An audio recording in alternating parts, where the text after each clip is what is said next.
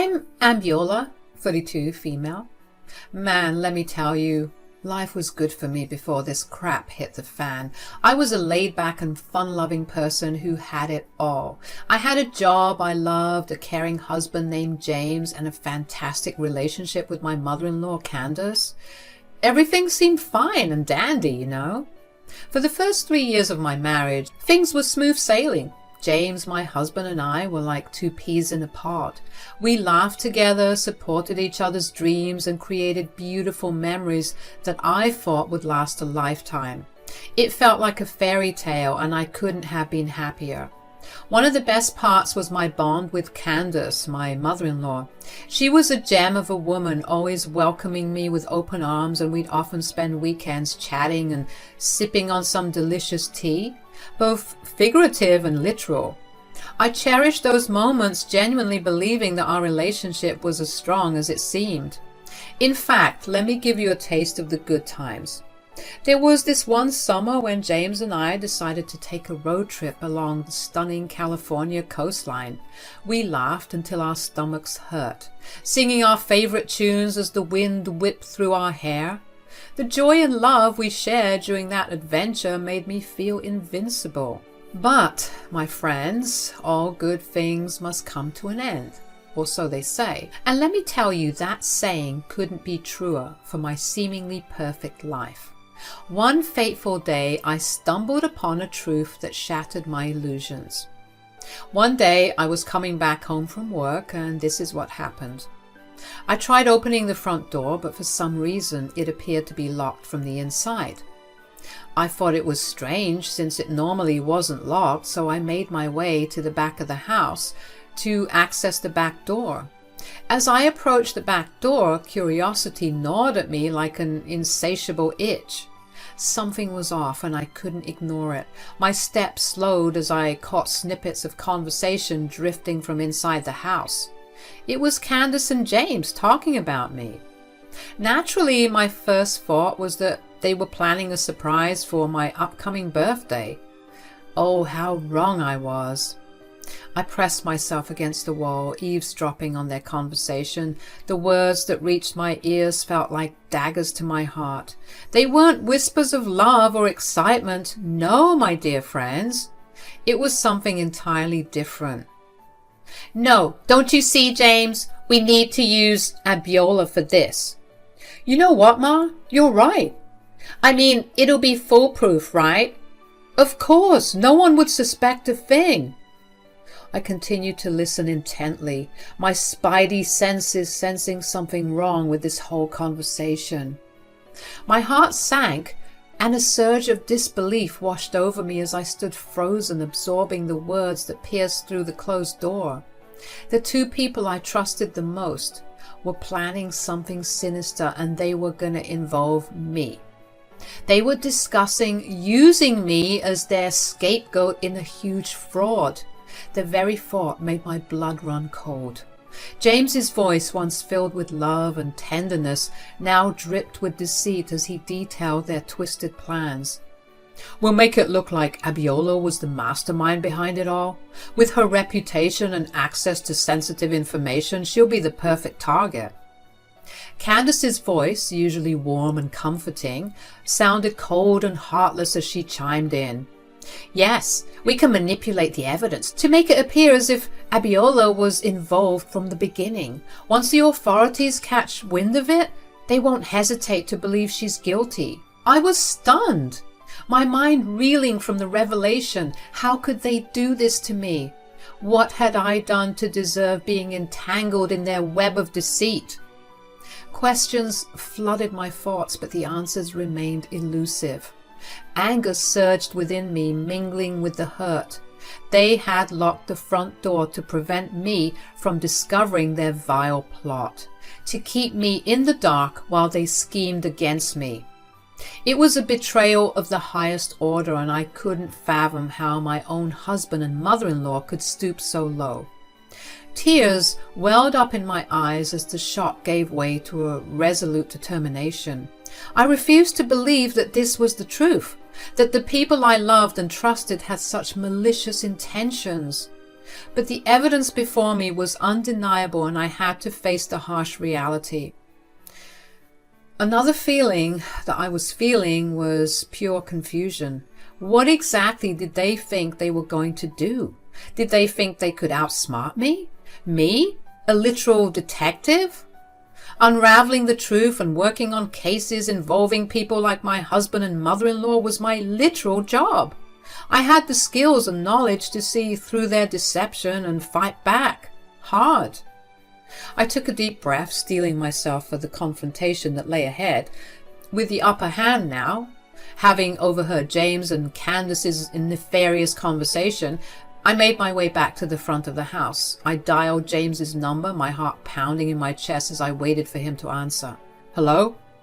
Hey, I am at the front door and it's locked. Can you let me in? There was a moment of silence on the other end, and I could almost sense James's surprise. Of course, babe. Coming. Sorry about that. Within moments, I heard the door being unlocked, and James appeared before me, a wide smile on his face as if nothing was amiss. But behind his facade, I could see the darkness lurking, the knowledge of his treachery weighing heavy on my heart. I played the part, pretending to be unaware of the conversation I had just overheard. Hey, babe, I thought you were out.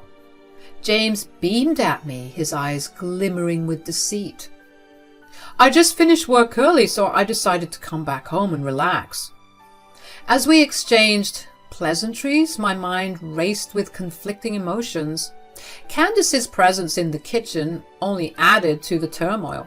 She played the doting mother-in-law, offering kind words and well wishes. I played along, engaging in small talk, while inside I seethed with anger and sadness. Once Candace bid her farewell and left for the evening, I found solace in the bathroom. The familiar walls provided a temporary refuge as I allowed myself to break down, tears streaming down my face. It was a stark contrast to the stoic demeanor I maintained in my detective work, a reminder that even the safest of spaces could be tainted by deceit. In that vulnerable moment, I vowed to gather more evidence, to dig deeper into the web of lies that had entangled my marriage and my relationship with Candace. I couldn't let their wicked plans come to fruition. It was time to unveil their true intentions, protect myself, and seek justice. Wiping away my tears, I emerged from the bathroom with renewed determination. No longer would I be the unsuspecting victim. I would confront James and Candace head-on, unravel their scheme, and ensure that their deceit would not go unpunished. I threw myself into my work as a detective, using my skills to gather more evidence against James and Candace. Determined to expose their treachery, I began wiring our home, strategically placing cameras and microphones in hidden locations. Every nook and cranny became a potential source of crucial information. During one of my shifts at work, I stumbled upon a disturbing revelation. Candace, it seemed, had been visiting our house regularly, engaging in secret discussions with James about their wicked plan.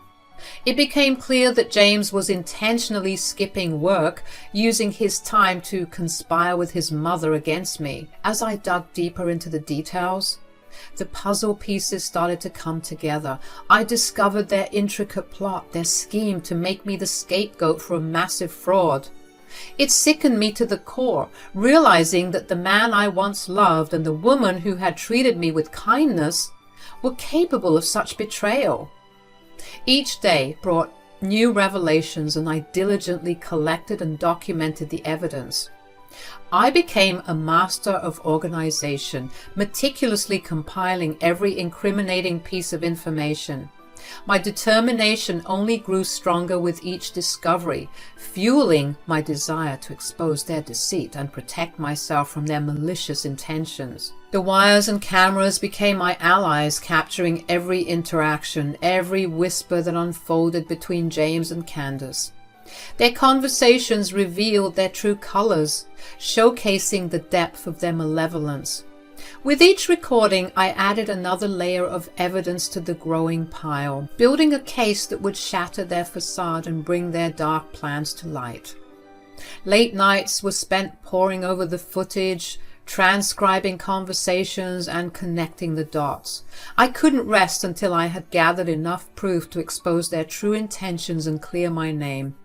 The weight of the situation pushed me to my limits, but I remained resolute, fueled by the desire for justice. The days turned into weeks, and my compilation of evidence grew. Every detail, every hint of their malicious intent was carefully preserved. I knew that soon the time would come to confront them, to lay bare the truth they had tried so hard to conceal. But I wanted them to suffer. This wasn't just any other case to me. This was personal. I arrived home after another long day at work, hoping to find some solace amidst the chaos that had infiltrated my once happy life. As I stepped through the front door, I noticed Candace and James huddled together on the couch, their voices hushed and their demeanor seemingly secretive. Suppressing my irritation, I decided to play it cool and approached them with a nonchalant smile. "Hey, what's going on?" I asked, feigning innocence, though deep down I knew their conversation likely revolved around me.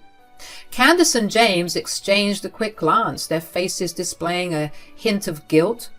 James quickly responded, "Oh, we were just discussing some business investments, nothing too exciting." I nodded, playing along with their lie, even though my gut told me otherwise. I took a seat beside them and, as if on cue, their conversation abruptly halted. It was clear they didn't want to discuss their true intentions in my presence. Feeling a touch of pettiness, I decided to push their discomfort further. I leaned back, smirking slightly, and said, "You know, it's funny how good I am at my job. I always manage to catch the bad guy, no matter how well they try to hide." James shifted uncomfortably in his seat while Candace attempted to maintain her composure. Their discomfort only fueled my determination to expose their deceit.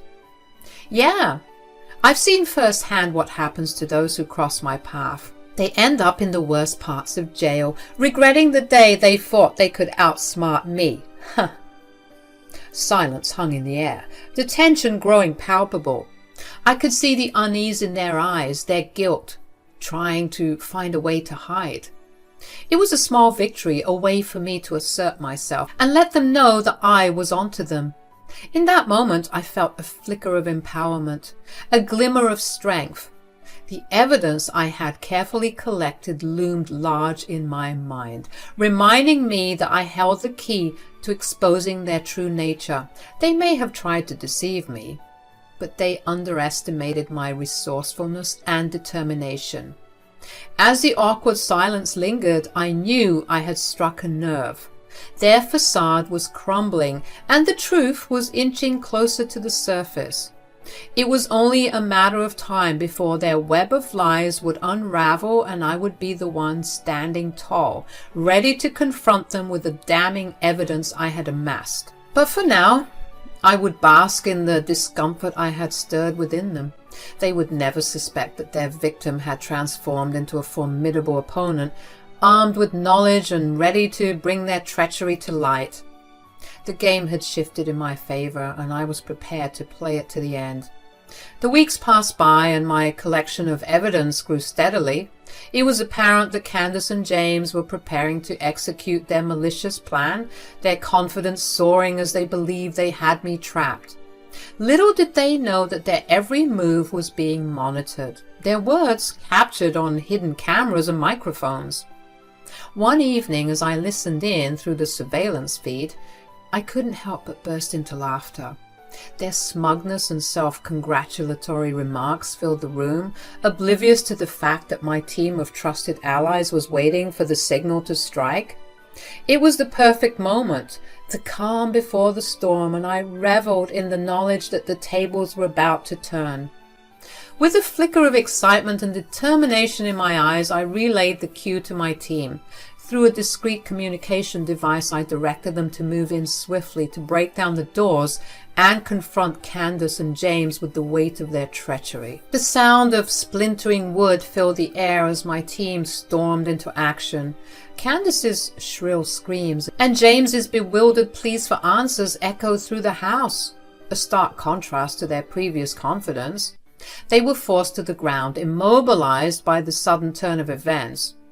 Candace, her face contorted with fear and tears streaming down her cheeks, could only cry out in disbelief. James, his voice trembling with confusion, demanded an explanation for this dramatic intrusion. One of the crew had held up a phone which I was connected to. "James, Candace, I can see you. Abiola? What the heck is going on?" "You can cut the innocence act now, James. I've been on to you from the very start." What do you mean?" I don't know what's worse, the fact that you did this to your own wife, or the fact that you thought that I wouldn't be the one to catch you.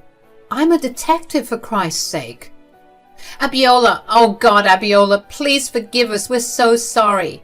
"Shut up, Mom." "You thought you could use me as your scapegoat, that I would be a pawn in your twisted game? But you underestimated my strength, my resilience. I'm not the victim you believe me to be." As the truth of their intentions unfolded before them, their faces twisted with a mix of guilt and fear. The walls they had so meticulously built to deceive me were crumbling, and they were left to face the consequences of their deceit. With James and Candace apprehended and escorted to the police station, their once confident demeanor had crumbled, replaced by the reality of their actions. Handcuffed and disheveled, they were mere shadows of the individuals who had plotted to bring me down. As we stood face to face in the cold, sterile environment of the police station, I couldn't help but feel a mix of emotions. Part of me pitied them, recognizing the desperation and misguided choices that had led them to this point. But their apologies fell on hardened ears, for I knew that I had to protect myself and maintain the distance that their deceit had forged between us. "You thought you could destroy my life with your fraudulent schemes, but I refused to sacrifice my hard-earned reputation for the likes of you." James and Candace pleaded with me, their voices filled with remorse and regret. They begged for forgiveness, their words an outpouring of desperation to salvage any semblance of the relationships we once shared. But their pleas fell on deaf ears, for the trust they had shattered could never be fully repaired. The officers stood nearby, their watchful eyes ensuring the safety and order of the situation. Sensing that the time for further conversation had passed, I instructed them to take James and Candace away to face the legal repercussions of their actions. As they were led away, their expressions filled with a mixture of shame and resignation. I couldn't help but reflect on the journey that had brought us to this point. What once seemed like a perfect life had been tainted by deceit and betrayal. The web of lies they had woven had unraveled, leaving behind a tangled mess that required time and healing to mend. Walking away from the station, I felt a sense of liberation and relief. The weight of their deceit had been lifted from my shoulders, allowing me to move forward and rebuild my life on the foundation of truth and resilience. Their attempt to ruin me had only served to strengthen my resolve and reinforce my commitment to justice. As the divorce proceedings with James commenced, I was determined to sever all ties with the man who had once been my partner in life. The legal process mirrored the dissolution of our trust and love, leaving me with a sense of finality and closure. While James awaited trial for his crimes, I focused on rebuilding my life, free from the toxic influence that had plagued our relationship. The courtroom became my stage as I sat confidently in the front row during both Candace and James's trials. Their pitiful glances and attempts to garner sympathy were met with a smirk and a wave, a silent reminder of the strength I had found within myself. No longer would I allow their actions to define me or hold power over my emotions. James, who had once been my rock, was revealed as a snake in the grass, The resentment I held towards him simmered beneath the surface, fueling my determination to move forward without looking back. I realized that his deceit and betrayal were never a reflection of my worth, but rather a manifestation of his own character flaws. As I navigated the aftermath of James and Candace's trials, something unexpected happened.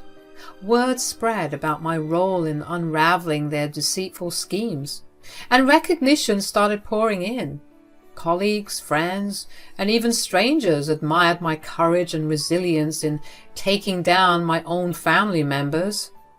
It was a difficult thing to do, exposing the dark underbelly of my own blood, but I knew it was necessary for my own liberation.